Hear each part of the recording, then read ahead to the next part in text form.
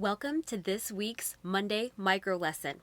My name is Erin Wood, and today we're going to be talking about imposter syndrome and positive self-talk.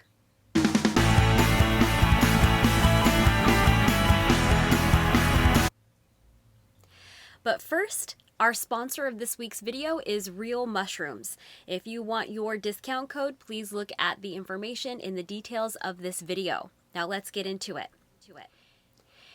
The BBC, Harvard Business Review, Time Magazine, TED Talks, there are a lot of people that tackle the topic of imposter syndrome.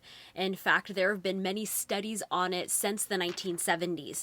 One in particular points to self-talk as a way that you can overcome imposter syndrome. But first, what is imposter syndrome to begin with? That is where a working professional, or anybody for that instance, has an underlying fear that they're going to be exposed for not being qualified or good enough for the job they have at hand. And I'm definitely guilty of that myself at certain moments of my career.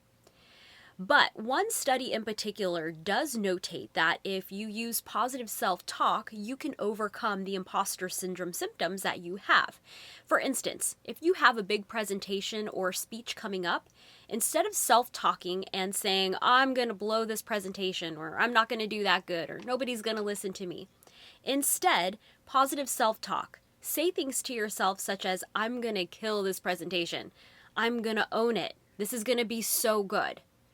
And then when you reflect on your experience from the presentation or the speech, you'll already have that positive self-talk to think back on and apply to the situation, which is just going to give you more confidence to go on to the next presentation, feeling more confident and comfortable in your skin.